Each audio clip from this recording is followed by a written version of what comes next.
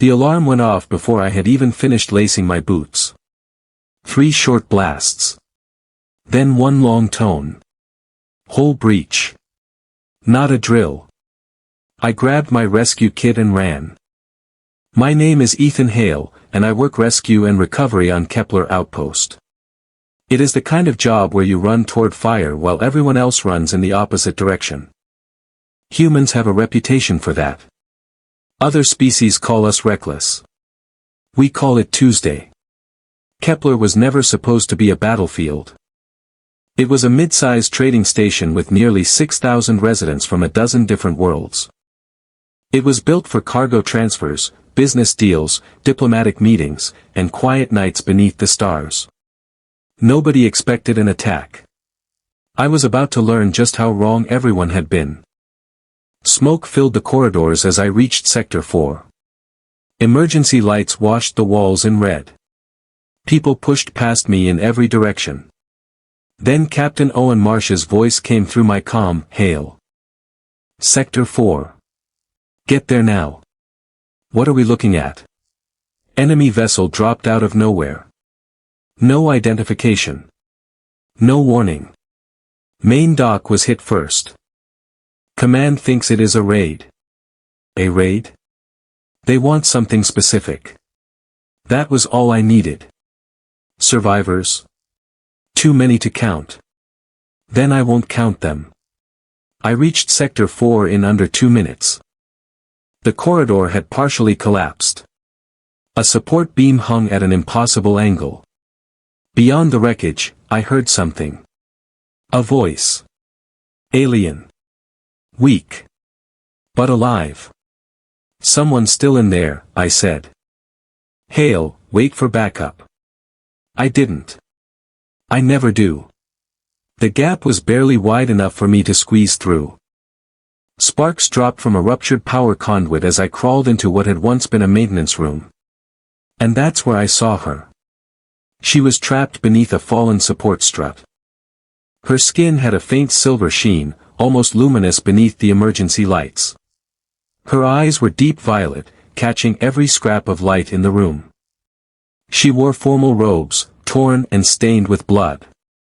Even pinned beneath tons of metal, she somehow looked regal. "Do not just stand there," she said. I blinked. "Help me or leave." That snapped me out of it. I found a length of pipe and wedged it beneath the strut. "I'm going to lift this."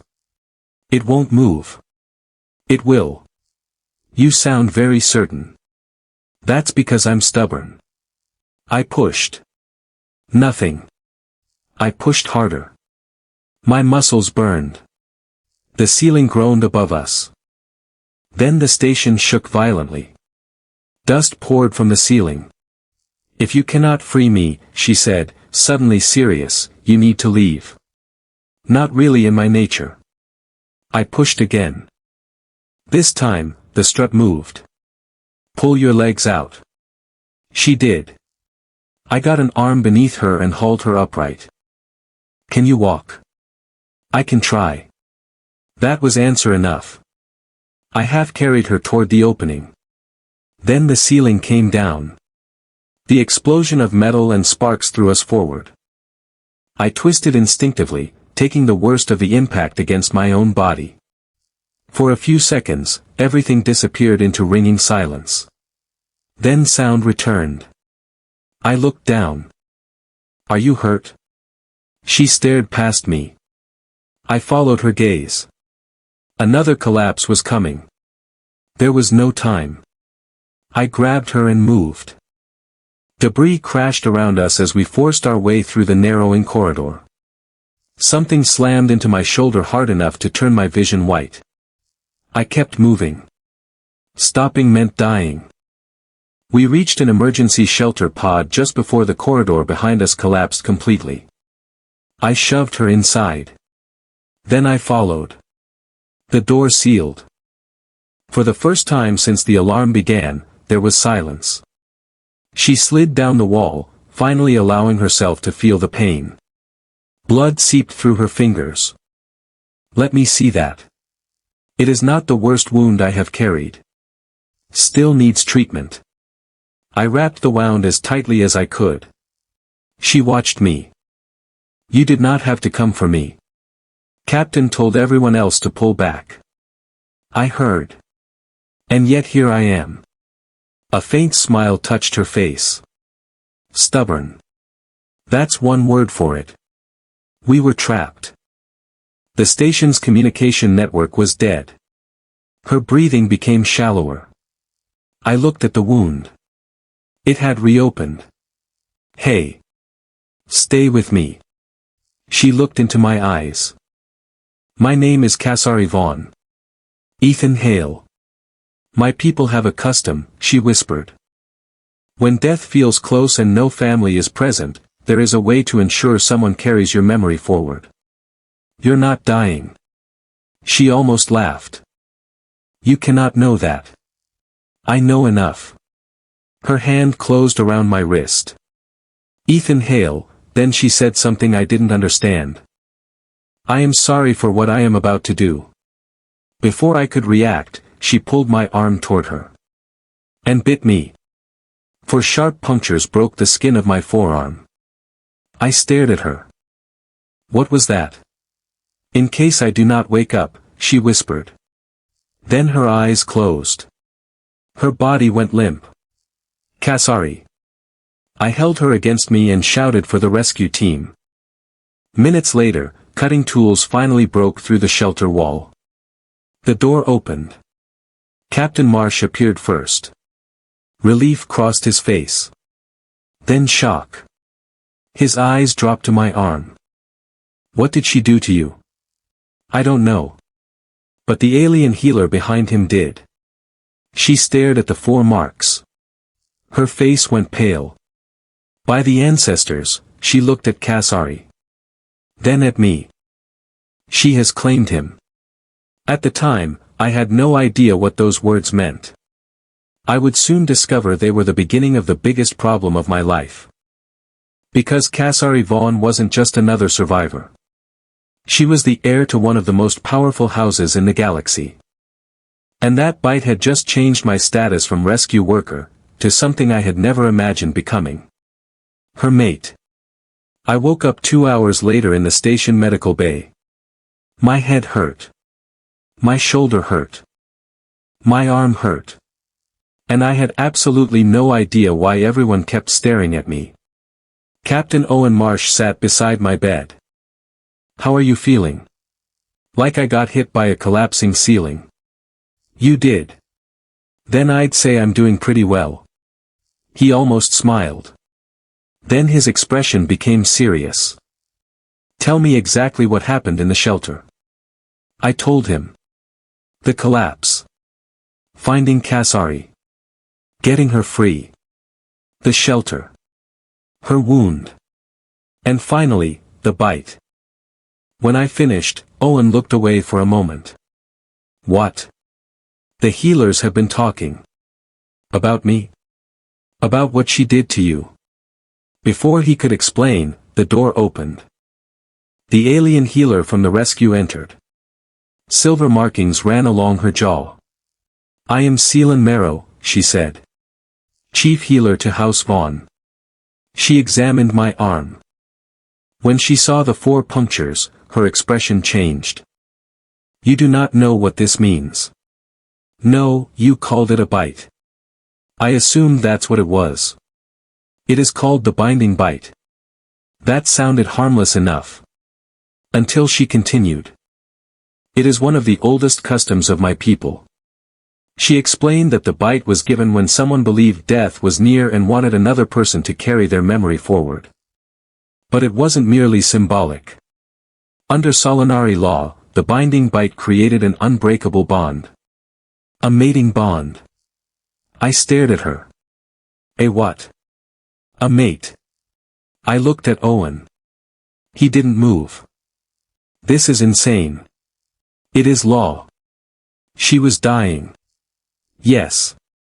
She wasn't thinking clearly. That does not invalidate the bond. Celine's voice remained calm. Lady Casari Vaughn, heir to House Vaughn, has claimed you as hers. My stomach dropped. Can it be undone? No, that answer came immediately. Seelan explained that once the bite was completed with intent, there was no reversal. It wasn't a contract. It wasn't a political agreement. It was biology and law intertwined. And suddenly, my little rescue operation had become an interstellar political crisis. House Vaughn wasn't some minor noble family. They were one of the oldest and most respected houses among the Solinari. Their alliances stretched across multiple systems. Casari's future marriage had already been the subject of political negotiations. Several powerful houses had been positioning their heirs to marry her. Now all of those plans had collapsed. Because a human rescue worker had pulled her from a burning station. And she had bitten him. Then Grace Whitfield arrived. Earth's ambassador to the sector. She walked into the medical bay looking like someone who had already heard 10 different versions of the story. "Ethan," she said, "please tell me this is a misunderstanding." "I wish I could." She sat down.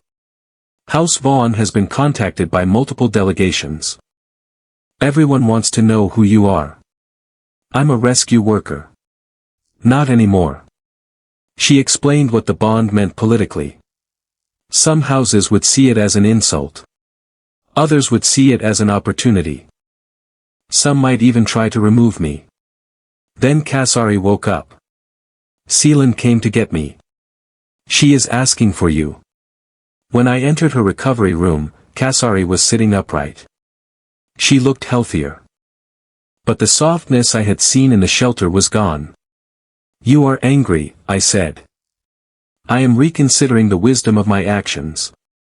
"Fair. You understand what you have caused." "I've received several explanations. I am heir to House Vaughn." "I know. My bond was supposed to become a political alliance. And now it's me." "Yes." Neither of us spoke for a moment. "Can we undo it?" I asked. "No," she looked away. Then she said something I hadn't expected. "I did not choose you carelessly." I looked at her. "When I believed I was going to die, my instincts chose you." "Why?" "Because you came for me when others would not." That answer stayed with me. Before I could respond, Seelan entered. "Lady Casari. House Cray has sent formal notice." Casari's expression hardened. "Of course they have." I asked who House Cray was. She explained. Alden Cray was the man her family had expected her to marry. He had spent years preparing for the alliance. Now a human had appeared out of nowhere and destroyed that future. Then came worse news. The attack on Kepler might not have been random. Security scans showed the enemy vessel had arrived at almost the exact time of Casari's scheduled visit. I remembered the collapsed room. The precision. The way the attack had seemed to funnel her into that exact location. "What if someone wanted you there?" I asked. Casari's eyes narrowed. "Then they either wanted me dead, or wanted you to end up bonded to someone they could use." She finished the thought. "Or both." Outside the recovery room, another ship appeared. Alden Cray had arrived. And Casari had one warning for me. "He will be charming." "That's reassuring." "He will be reasonable." "Less reassuring." "And he will make everything sound like it is for the good of our houses." I nodded. "I won't trust him." For the first time, Casari smiled. "Good." A few minutes later, Alden walked into the reception hall. Tall. Elegant. Perfectly composed. His smile was polite.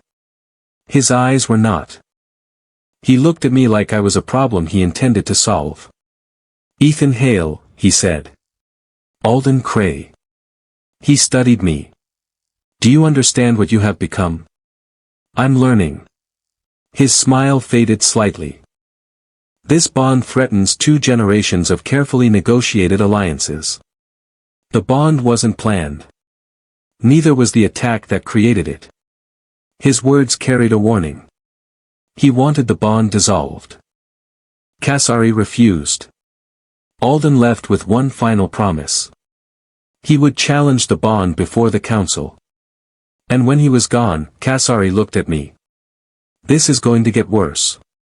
She was right. The journey to Solanar Prime took 3 days. Those 3 days changed more between Casari and me than either of us expected. At first, our conversations were formal. Then they became easier. She told me about her childhood. About losing her mother. About being raised by her uncle, Doran Vex. She told me she had trained as a warrior before politics took over her life. I told her about Earth. About rescue work. About why I had chosen a profession where running toward danger was part of the job. She studied me after that. Your people are strange. That's not the first time I've heard that. You run toward collapsing structures. Usually. You should be dead. Sometimes I almost am. She smiled. By the time we reached Solanar Prime, the distance between us had changed. The planet was breathtaking. Silver towers rose into the sky. Open plazas stretched between enormous structures. And at the center of the capital stood the council hall. Doran Vex met us there. He looked at me for a long moment. So, he said, this is the human my niece has bonded herself to.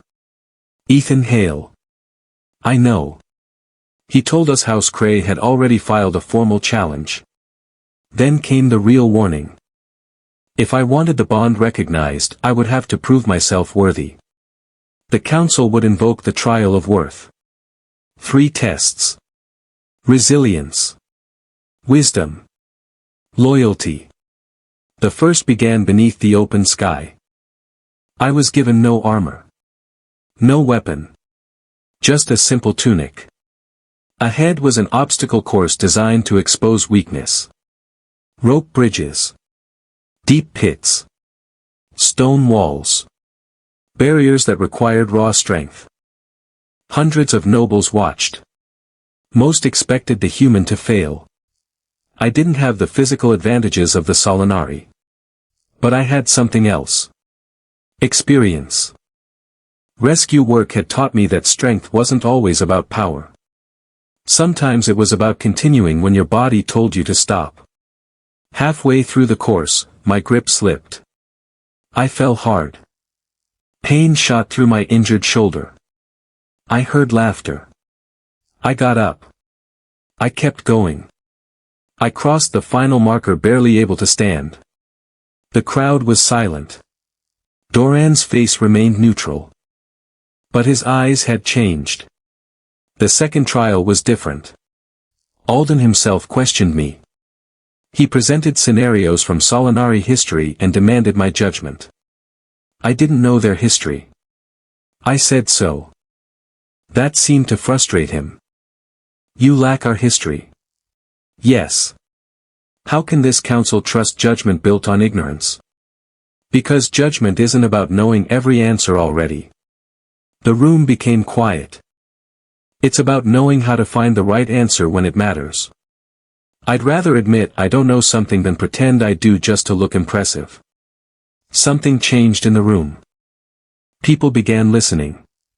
Alden had expected arrogance. Instead, he got honesty. The second trial ended. Then came the third. And Casari was worried. The night before, she came to see me.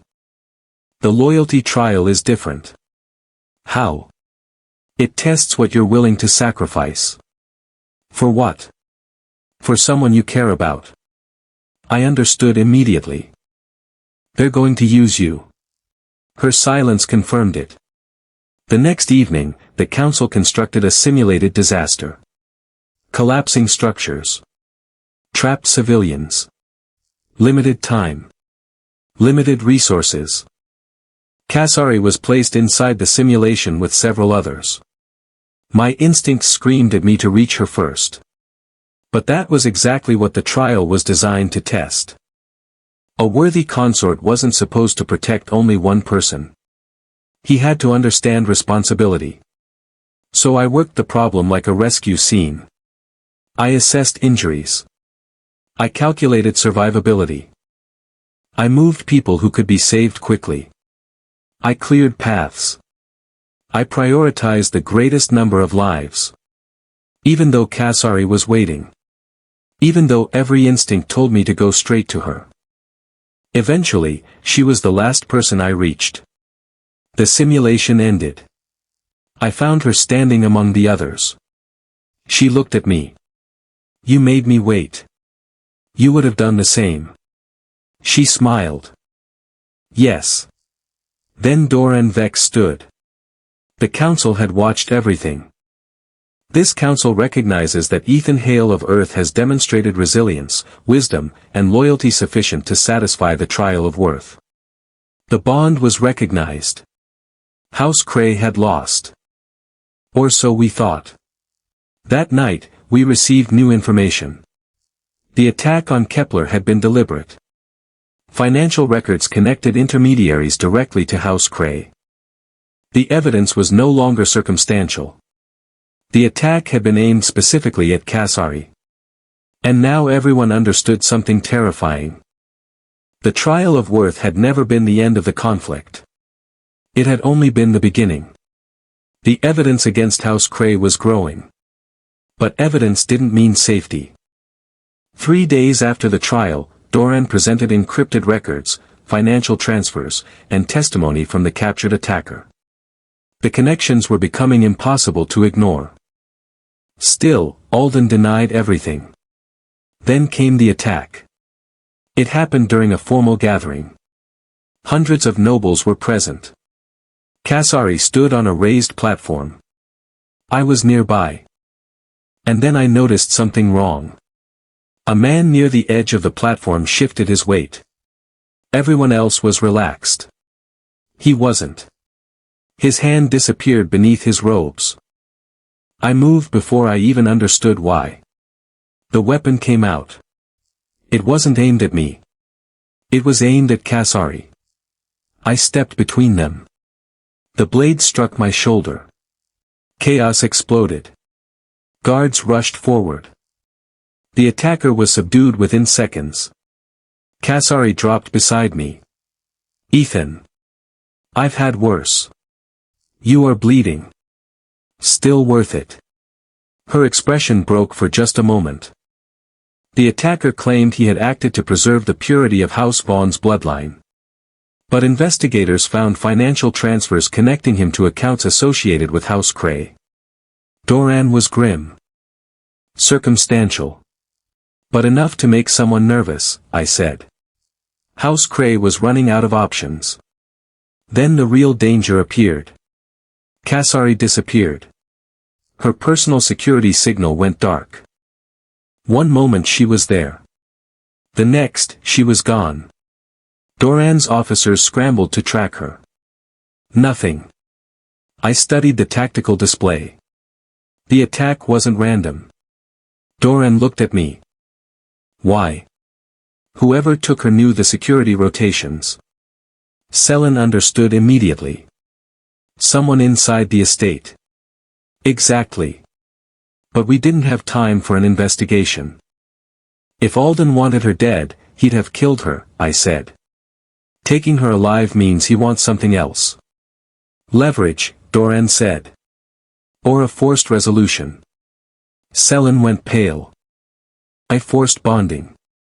The idea was horrifying. House Cray couldn't legally break Casari's existing bond. So they might try to create circumstances that would let them claim something new. Forced bonding was forbidden. But desperate people had twisted laws before. We identified a House Cray private estate roughly 40 minutes away. That was where they had taken her. I prepared to go.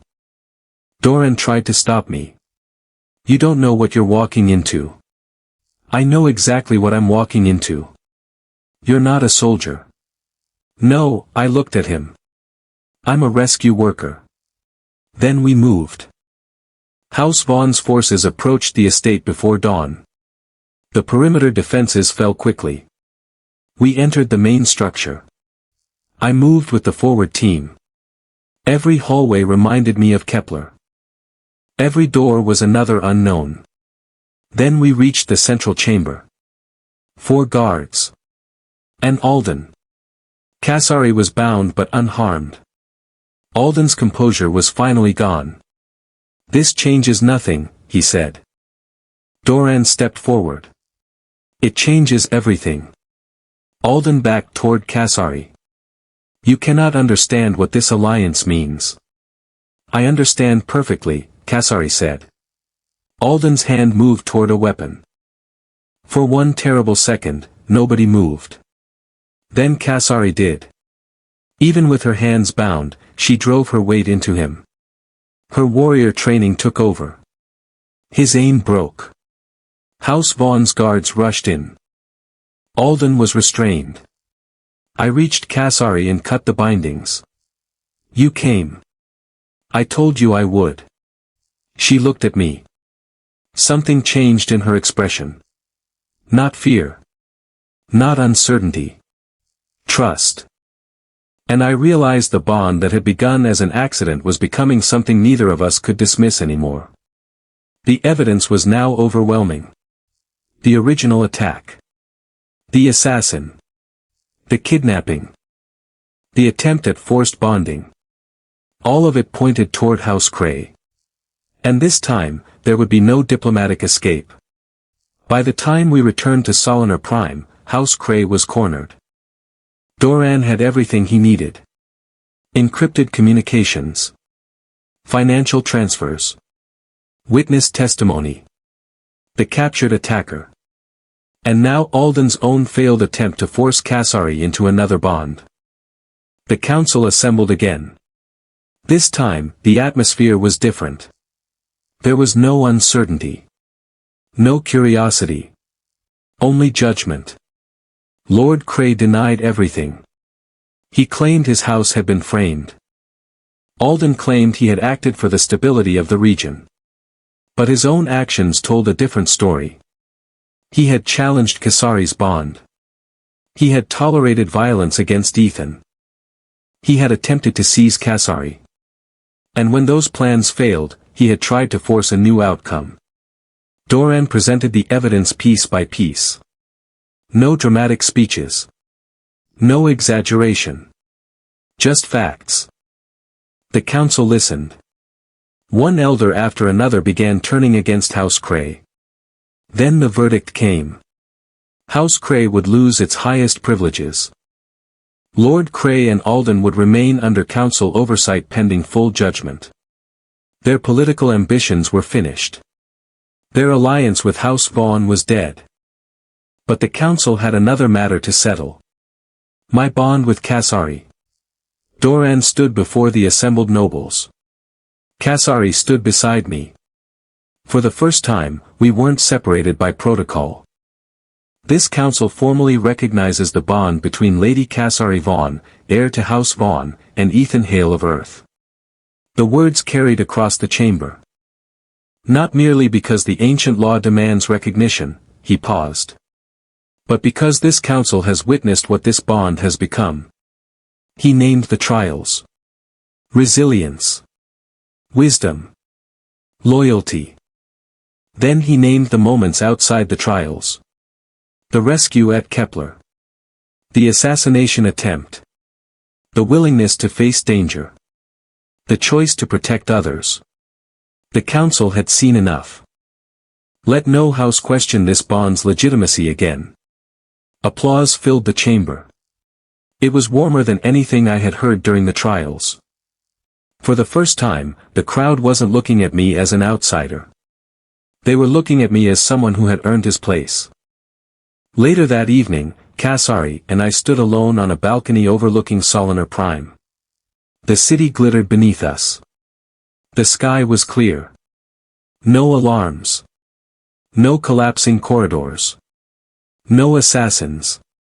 Just stars. Quite a journey, I said. Quite a journey, she agreed. I looked at the mark on my arm. I still can't believe all of this started with a bite. Casari smiled. I did warn you I was sorry. You could have explained what it meant. I was dying. Fair point. She laughed softly. Then she became serious. I did not regret choosing you. I looked at her. Even now. Especially now. That answer stayed with me. Then Grace Whitfield joined us. She had been watching everything from the diplomatic side. You understand what this means for Earth? I'm guessing it's important. More than important. She explained that House Vaughn's recognition of the bond had already sent political ripples through several sectors.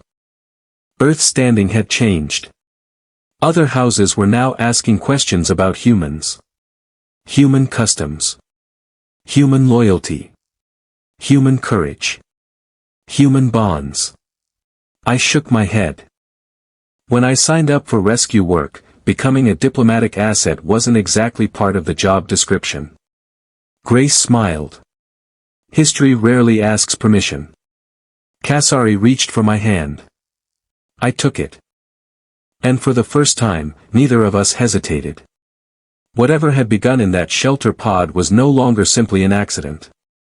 It was ours. But there was still one final thing neither of us had expected. The galaxy had watched a human survive. It had watched a human pass an ancient trial. It had watched him protect an alien heir. And now it was beginning to understand something else. Humanity was no longer the new species everyone underestimated. We had arrived. And people were starting to pay attention. The official ruling came shortly after the fall of House Cray. The council confirmed that their privileges were stripped and their influence placed under strict oversight. The challenge against the bond was dismissed. Casari remained heir to House Vaughn. And I remained exactly what I had become the moment she bit my arm in that collapsing shelter. Her mate. But the title meant something different now. At first, it had been something forced on both of us by an ancient tradition. Neither of us had planned it. Neither of us had understood it. She had been dying. I had been trying to keep her alive. That was all. But somewhere between Kepler and Solanar Prime, something changed. We learned each other's histories. We learned each other's fears. We learned how the other person responded when everything went wrong. And perhaps that was what made the bond real. Not the bite. Not the law. Not the council. The choices that came afterward. Casari could have rejected me emotionally even if the law could not separate us. She didn't. I could have treated the entire thing as an unwanted political disaster. I didn't. When she was threatened, I moved. When she was taken, I went after her. When the council tested me, I stayed. And when the galaxy asked whether a human belonged beside an alien heir, I didn't need a speech. I had already answered. By action. The strange part was that humanity's position among the stars began changing because of it. Grace explained that other houses were now studying humans differently. They wanted to understand our customs. Our ideas of loyalty. Our willingness to sacrifice for strangers. The things that had once looked like recklessness now looked like something else. Courage. Perhaps that was the real lesson of everything that had happened. I had spent years running toward danger because people needed help. That was never supposed to make me important. It wasn't supposed to make me powerful. It wasn't supposed to put me in the center of interstellar politics. But history doesn't care what you planned. Sometimes one decision is enough. One corridor. One trapped stranger. One choice to ignore the order to wait for backup. One desperate bite. And suddenly your entire life belongs to a story much larger than yourself. Casari and I returned to the balcony later that night. The stars stretched endlessly above Solanar Prime. For a long time, neither of us spoke. Then she reached for my hand. Her fingers closed around mine. Steady. Certain. I looked at her. I still don't know what everyone is going to call me. She smiled. Consort. Sounds complicated. Mate. Even more complicated. She laughed. Or simply Ethan. I looked out over the city. I think I like that one. She leaned against the railing beside me. Then her expression became thoughtful. There will be others. Others? Houses that challenge us. People who question the bond. Political factions that will want to use it. So you're saying we're not done? Not remotely. I smiled. Good. She looked at me. Good. I've never been very good at walking away from a problem. That, she said, I have noticed. We stood together beneath the unfamiliar stars. The same galaxy that had once considered humanity unpredictable was now watching us with something closer to respect. The story had begun in a maintenance room on Kepler Outpost. A collapsing ceiling. A wounded alien noblewoman. A human rescue worker who refused to leave her behind. Then came the bite. The bond. The political challenge. The trial. The assassin. The kidnapping. The fall of House Cray. And finally, the choice to stay. I looked at the 4 small marks still visible on my arm. They had once been a mystery. Then they had been a problem. Then a political weapon. Now they were something else. A reminder. That sometimes the moments that change your life don't arrive with warning. Sometimes they arrive with alarms. Sometimes with fire. Sometimes with a woman looking into your eyes and telling you she is sorry before biting you. And sometimes, if you're lucky, that impossible moment leads you somewhere you never knew you were meant to go. Casari's hand tightened around mine. Whatever storm waited beyond those stars, I knew one thing. I would face it the same way I had faced that collapsing corridor. Without hesitation. Without regret. And without letting go. Because whatever the galaxy chose to call me now, consort, mate, human, or simply Ethan Hale, I knew exactly who I was. The man who ran toward the fire. The man who refused to leave her behind. And the man who had accidentally become part of something powerful enough to change the way the galaxy looked at humanity. Our story had begun with a rescue. But it was only the first story. There would be others. Other worlds. Other houses. Other impossible choices. And somewhere among those distant stars, the galaxy was already beginning to understand one simple truth. Humanity had arrived. And we were only getting started.